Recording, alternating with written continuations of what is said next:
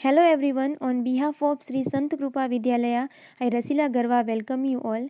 In this video, we are going to see the short note of unit number 4 and the title of the unit is The Adjustment. આ વિડીયોમાં આપણે જે unit 4ની અગત્યની short note એવી એડજસ્ટમેન્ટનો અભ્યાસ કરવાનો છે. And the title of the short note is the title adjustment. તો એડજસ્ટમેન્ટનો અર્થ આપણે જાણીએ છીએ કે અનુકૂલન સાધવું. તો આ ટાઇટલને છે સમજાવવાનું છે. So here we can see the points of this short note. First one is who is Nana. તો સૌપ્રથમ પોઈન્ટ છે કે નાના કોણ છે. હાઉ ડીડ નાના લવ નાની. નાના છે નાનીને કેવી રીતે પ્રેમ કરે છે. How did he behave with નાની. તેઓ નાનીની સાથે બિહેવ એટલે વર્તન કરવું. તેઓ નાનીની સાથે કેવી રીતે વર્તન કરે છે અથવા કેવી રીતે વર્તન કરતા હતા.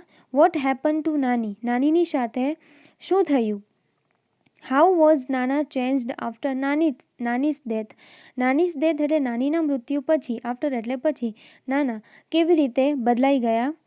વિચ ટ્રબલ નાના faces.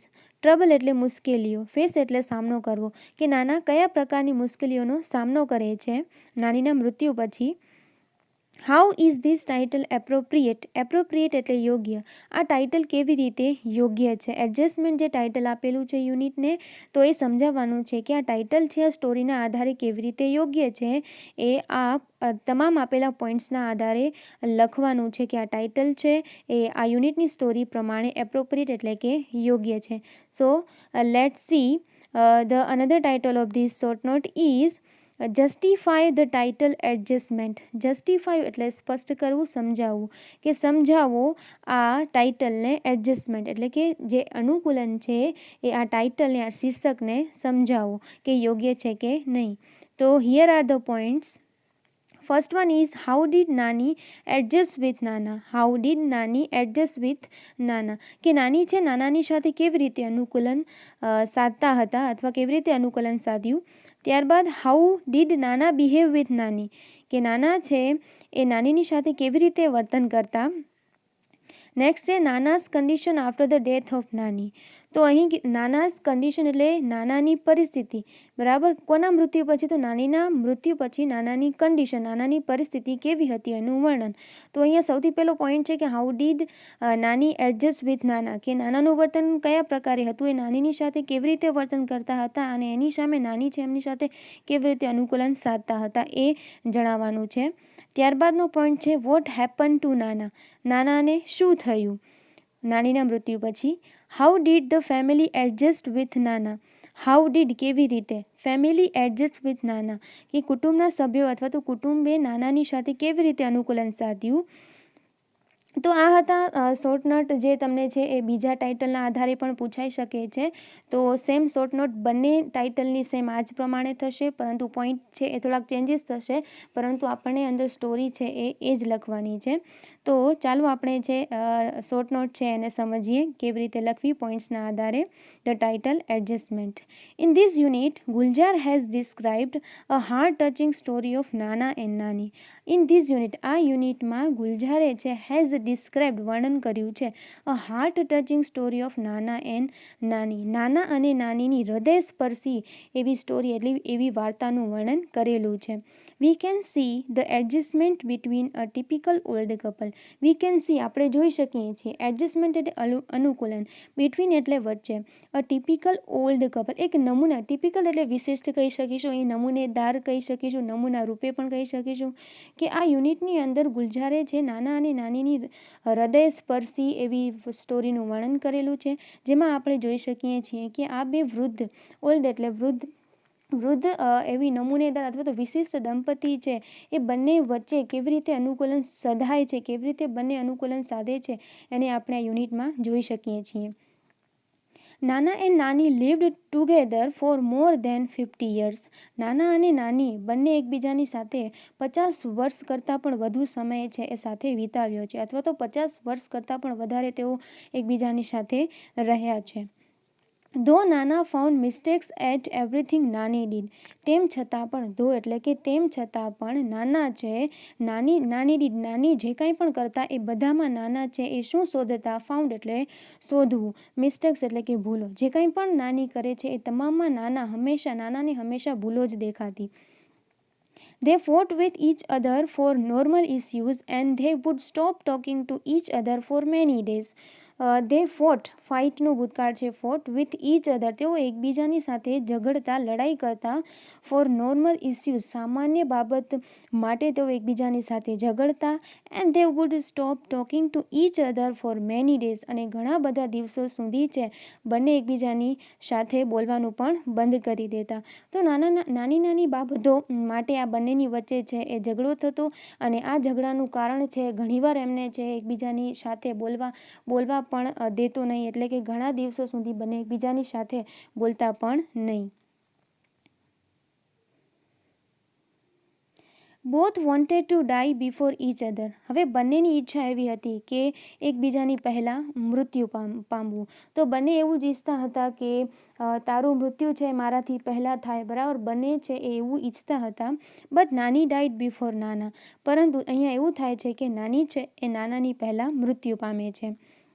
After the death of નાનીના મૃત્યુ પછી નાના ફેલ્ટ લોનલી. હવે નાનાને છે એટલે કે ફીલનું ભૂતકાળ છે અનુભવવું, લોનલી એટલે એકલાપણું, કે નાનીના મૃત્યુ પછી છે હવે નાના છે એ એકલાપણું અનુભવવા લાગ્યા. એન્ડ સડનલી, અચાનક જ, હિઝ બિહેવિયર વોઝ ચેન્જડ, અને એમનો બિહેવિયર એટલે કે વર્તન છે અચાનક જ બદલી ગયું નાનીના મૃત્યુ પછી. He became more irritable as if he had lost a wager. Wager એટલે કે શરત, lost એટલે ગુમાવવું. જાણે કે પોતે શરત હારી ગયા હોય એના લીધે છે, જાણે કે પોતે શરત હારી ગયા હોય એના લીધે છે એમના સ્વભાવમાં છે એ ખૂબ જ ચીડિયાપણું જોવા મળ્યું. હવે પહેલાં કરતાં પણ એ વધારે ગુસ્સો કરવા લાગ્યા.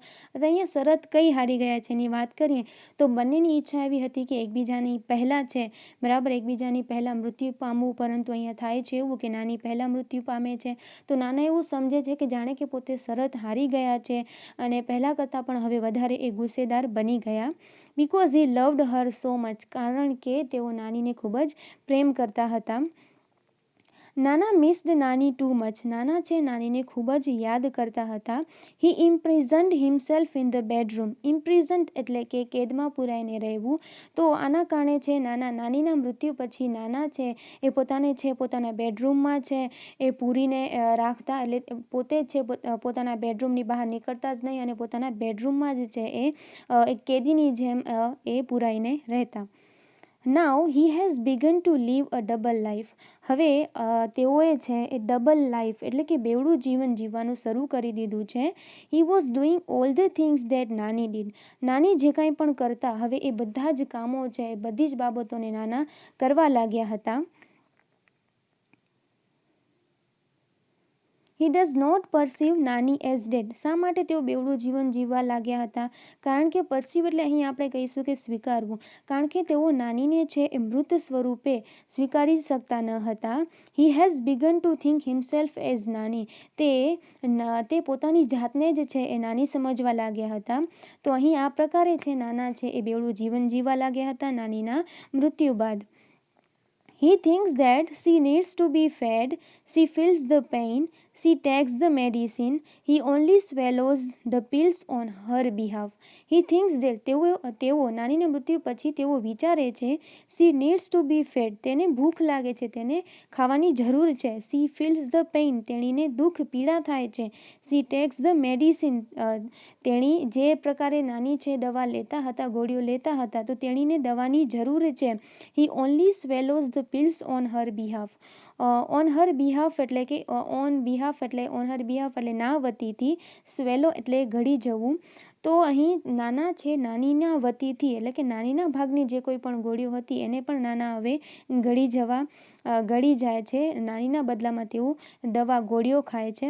તો અહીં નાના એવું વિચારે છે, કારણ કે તેઓ નાનીને મૃત સ્વરૂપે સ્વીકારી શકતા નથી, તો નાના એવું વિચારે છે કે નાનીને ભૂખ લાગે છે, તેને તરસ લાગે છે, તેને દુઃખ કે પીડા થાય છે, બરાબર. તેણીની જે તેણીની જે તબિયત છે એ બરાબર નથી, તો તેણીને દવા ખાવાની જરૂર છે. તો આના કારણે છે એ નાના છે નાનીના વતીથી પોતે જ શું કરે છે, તો ગોળીઓ છે એને ગળી જાય છે, દવા લે છે નાનીના વતીથી. Dr. K.D. Kamble said that Nana was suffering from a sort of dissociative personality disorder.